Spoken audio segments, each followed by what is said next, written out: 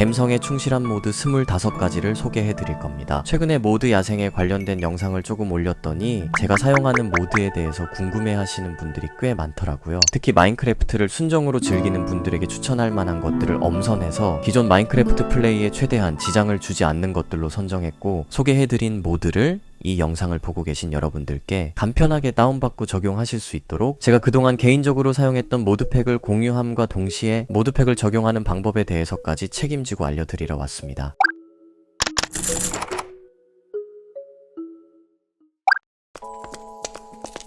첫 번째는 Falling Leaves라는 모드입니다. 마인크래프트 유저라면 벚꽃잎 블록 아래쪽에 파티클이 생성돼서 꽃잎이 흩날려 떨어지는 효과를 어느 정도 알고 있겠죠. 이 모드는 벚꽃잎 외에 다른 나뭇잎 블록에도 비슷한 기능을 작동하도록 도와주는 역할을 하는데요. 엄청나게 대단한 모드는 아니지만 과하지도 않고 갬성을 자극하기에 충실해서 비주얼 국밥 모드라고 부르기 딱 좋은 기능을 해주고 있는 거죠. 벚꽃잎 파티클처럼 살랑살랑 떨어지는 느낌보단 약간 투박하게 떨어지는 게 고증이 정말 잘 돼 있는데, 심지어 이 모드는 다른 모드와 같이 사용하면 더 강력한 시너지를 낼 수가 있습니다. 이에 대해서는 조금 뒤에서 설명드릴게요. 두 번째는 비주얼리티 모드입니다. 희귀한 광물이나 착용 중인 장비에 반짝이는 파티클을 추가하거나 엔티티를 타격하면 추가적으로 시각적 효과를 주는 역할을 하죠. 모든 엔티티의 효과가 추가되는 건 아니라 일부 몇 개만 추가돼서 마찬가지로 라이트하고 부담 없이 즐길 수 있습니다. 세 번째 모드는 Immersive Paintings 모드를 추가해 봤는데요. 기존에 존재하는 액자보다 좀 더 다양한 기능을 추가해 주는데, 직접 그림을 그려서 추가할 수도 있지만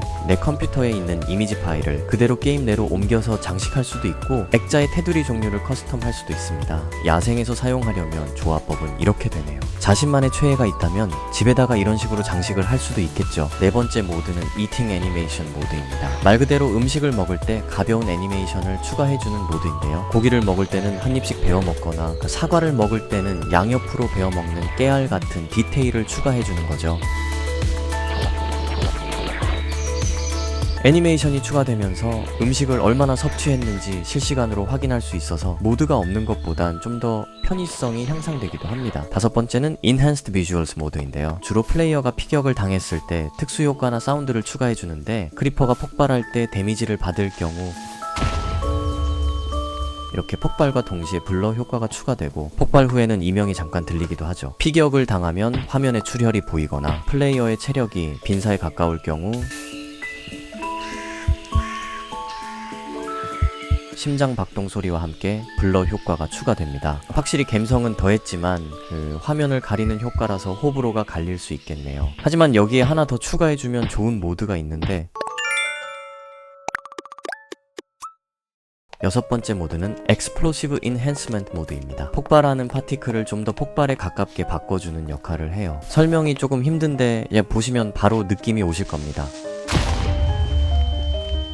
일곱 번째 모드는 Make Bubble Pop 모드입니다. 물속에서 거품 파티클이 좀 더 다채롭게 출력되는 효과인데, 예를 들면 물속에서 상자를 열었을 때 거품이 일어나거나 물속으로 아이템을 던졌을 때 파티클이 생성되는 것이죠. 여덟 번째는 블러 모드인데요. 게임 도중에 UI 창을 열면 뒷배경에 블러 효과를 주는 간단한 모드입니다. 이게 듣기만 해선 별거 아니긴 한데 막상 적용해보면 만족감이 꽤 컸었던 기억이 나네요. 아홉 번째 모드는 Not Enough Animations 모드입니다. 플레이어의 행동에 따라 심플한 애니메이션을 추가해줘서 음식을 먹을 때 가만히 있던 팔을 얼굴에 갖다 대거나 사다리를 이용할 때도 일자로 경직됐었던 몸의 움직임을 부여해줍니다. 어떻게 보면 이 정도 움직임은 당연히 있어야 할 것들이 아닌가 싶기도 하네요. 팔과 다리를 움직이지도 않고 딱딱히 굳은 채로 사다리를 오르내리는 건 너무 이상하잖아요. 물론 좀 더 생기 넘치는 애니메이션을 추가할 수도 있는데, 열 번째 Fresh Animations 모드는 플레이어를 제외한 대부분의 엔티티에 생생한 애니메이션을 지원합니다. 다만 이 모드는 리소스 팩을 추가로 적용해야만 제대로 작동하는데요. 이 방법에 대해서는 모드팩 이용 가이드에서 다룰 예정이지만 궁금하신 분들은 직접 모드 공식 페이지를 방문하시면 자세하게 나와 있습니다. 11번째 모드는 스무드 스와핑 모드입니다. 보통 아이템을 다른 스토리지에 저장할 때 편하게 옮기려고 Shift 키를 누르고 클릭을 하잖아요. 바로 그때 조금 더 시각적인 연출을 추가해서 아이템이 이동하는 과정에 가벼운 애니메이션을 추가해줍니다. 여기에 꼭 같이 딸려오는 단짝 친구 모드가 하나 더 있는데, 12번째 타이니 아이템 애니메이션 모드입니다. 이 단짝 친구는 아이템을 쉽게 쉬프트 키로 옮길 때가 아닌 마우스 클릭으로 옮길 때 플레이어가 지정한 아이템의 사이즈를 조금 더 키워주는 역할을 하죠. 이제부터 소개해드리는 모드는 개인적으로 정말 강추하는 비주얼 모드인데요. 13번째 모드는 Presence Footsteps 모드입니다. 플레이어 발걸음 효과음을 좀 더 현실적으로 바꿔주는 역할을 하죠. 플레이어가 어떤 블록 위를 걷는지에 따라서 영향을 받는데요.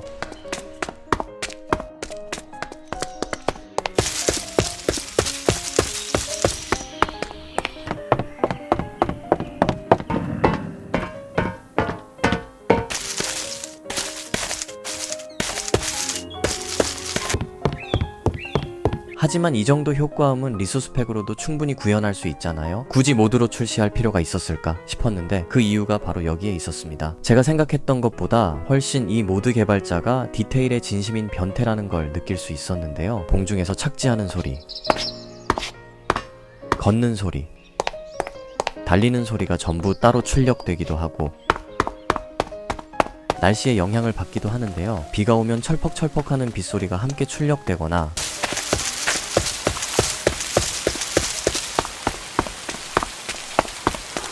심지어는 레일 아래에 설치된 블록에도 영향을 받는데 레일 소리와 그 아래에 설치된 블록을 함께 감지하면서 두 효과음이 동시에 출력되는 걸 느낄 수 있습니다. 여기에 추가적으로 같이 설치하면 좋은 모드가 2개 더 남아있는데요. 14번째 모드는 Sound Physics Remastered 모드입니다. 플레이어의 공간에 따라서 주변 소음에 물리학을 추가하고 훨씬 입체적이면서 현실적인 소리로 바꿔주는 역할을 하는데 밀폐된 공간에서는 소리가 반영돼서 울리기도 하고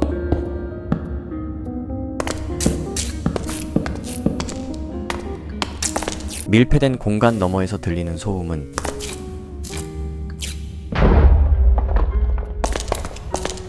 흡수되면서 가까운 거리인데도 작게 들리는 것이죠. 15번째 모드는 Ambient Sounds 5 모드입니다. 전체적으로 게임에 다양한 환경음을 추가해주는 건데요. 마인크래프트에는 정말 다양한 바이옴이 있는데 그 바이옴에 따라서 주변 환경에 맞는 풍부한 소리를 제공해주고 있습니다.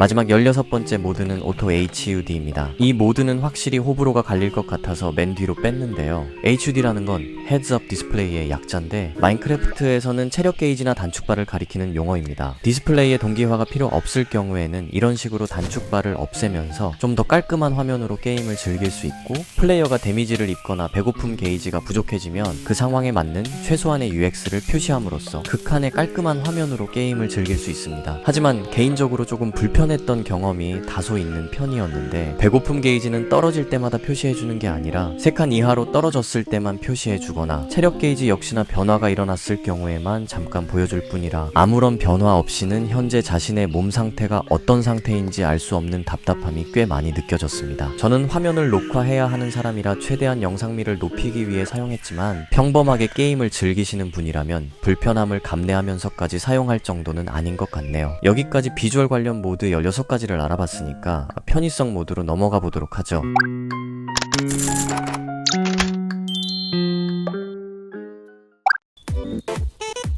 편의성 모드 첫 번째는 인벤토리 소터 모드입니다. 인벤토리를 자동으로 정렬해주는 기능을 제공하는데요. 자동 정렬은 키 설정에서 원하는 키로 설정해주면 됩니다. 아이템이 이렇게 부드럽게 움직이면서 애니메이션이 추가되는 건 비주얼 모드로 앞에서 소개했던 스무트 스와핑 때문에 그런 것이니까 참고해주세요. 두 번째 편의성 모드는 Just Enough Item 줄여서 JEI 모드라고 하는데 자신의 마인크래프트 내의 모든 아이템들의 조합법을 알려주거나 해당 아이템을 어디에 사용할 수 있는지 알려주는 역할을 합니다. 그러니까 바닐라 아이템뿐만 아니라 본인이 어떤 모드를 설치했든지 간에 모든 아이템의 조합법을 확인할 수 있는 거죠. 세 번째는 Easy Shulker Boxes 모드입니다. 일반적으로 셜커 박스는 많은 분들께 사랑받는 효자 아이템이잖아요. 인벤토리를 열고 셜커 박스에 마우스 커서를 올리면 셜커 박스 안에 어떤 아이템이 들어있는지 툴팁을 통해 자세히 알려주는 역할을 합니다. 게다가 드래그 앤 드롭을 하면 셜커 박스를 설치하고 부수는 과정 없이 안에 넣고 싶은 아이템을 간편하게 다룰 수 있는 기능을 제공하기도 하죠. 네 번째는 Barrel F3라는 모드인데요.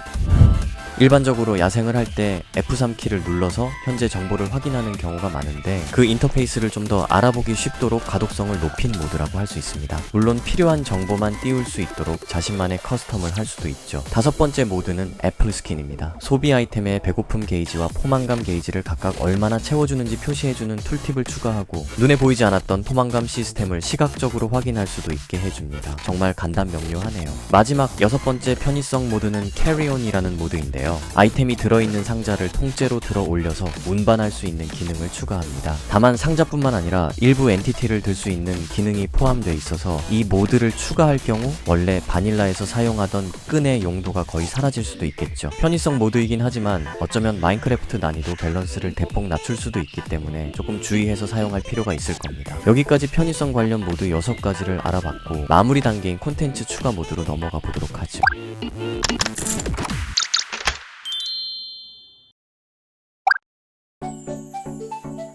마인크래프트에 컨텐츠를 추가하는 모드는 굉장히 다양하고 많잖아요. 다만 처음에도 말했듯이 기존 마인크래프트 플레이에 최대한 지장을 주지 않는 것들로 선정했고 그 중에서도 완성도가 높은 것들로 3가지만 알려드릴까 합니다. 첫 번째로 선정한 모드가 바로 바이옴즈 오플랜티라는 모드인데요. 마인크래프트에 여러가지 바이옴을 추가해줄 뿐만 아니라 그 바이옴에 맞는 새로운 아이템들이 함께 추가되는 모드인데 그렇다고 해서 기존 마인크래프트 밸런스에 큰 영향을 가하지 않는 수준으로 적당하면서 감성을 챙길 수 있는 수준이라 적극 추천하는 편이죠. 제가 이 모드에 눈길이 갔던 건 바로 그 아이템 중에서도 나무의 종류가 대량으로 추가된다는 내용에 눈길이 갈 수밖에 없었는데 마인크래프트 건축을 어느 정도 해보신 분들이라면 공감하실 겁니다. 저는 나뭇잎 종류와 색깔이 다양각색으로 좀 더 많았으면 좋겠다는 생각을 매번 했었거든요. 물론 지금도 종류가 적은 편은 아니지만 빨간색으로 물든 단풍잎이나 판타지 맵에 활용하기에 좋을 것 같은 푸른색 나뭇잎이 있다면 훨씬 더 다채로운 표현이 가능해질 거고 당장 1.18 버전까지만 하더라도 많은 건축가분들이 마지못해 분홍색 양털로 벚꽃나무를 표현하는 상황을 꽤 많이 봐왔었기 때문에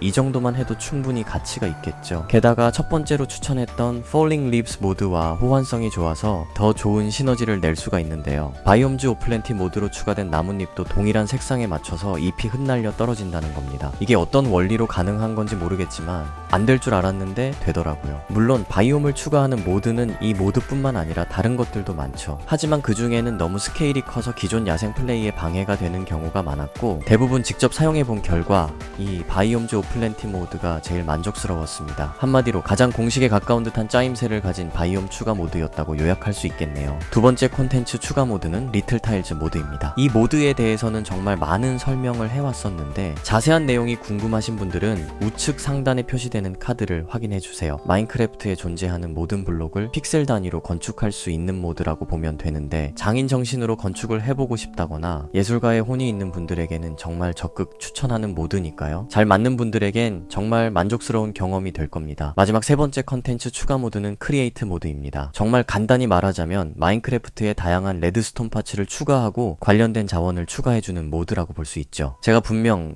바닐라 야생 플레이에 최대한 지장을 주지 않는 것들로 선정했음에도 크리에이트 모드를 추천하는 이유는 바닐라 야생을 플레이하는 본연의 재미와 과정이라는 범주 내에서 크게 벗어나지 않았다는 겁니다. 마인크래프트 야생이라고 하면 자동팜을 빼먹을 수 없잖아요. 직접 자원을 구해서 스스로 만들고 싶은 기계나 장치를 계획하고 원하는 대로 조합해서 자신만의 세계를 만들어가는 재미와 과정은 변함이 없었습니다. 단지 바닐라에서 선택의 폭과 자유가 좀 더 넓어지고 향상됐다는 거죠. 여기까지 갬성에 충실한 모드 25가지를 알아봤습니다. 이 모든 것들을 담은 통합팩은 해당 영상 더보기란에서 확인할 수 있고 모드를 다뤄보지 않은 초보자분들도 정말 쉽고 간편하게 따라할 수 있도록 열심히 가이드 영상을 따로 준비했으니까요. 이렇게 갬성이 넘치는 야생이 하고 싶은 분들은 꼭 한번 해보셨으면 좋겠습니다.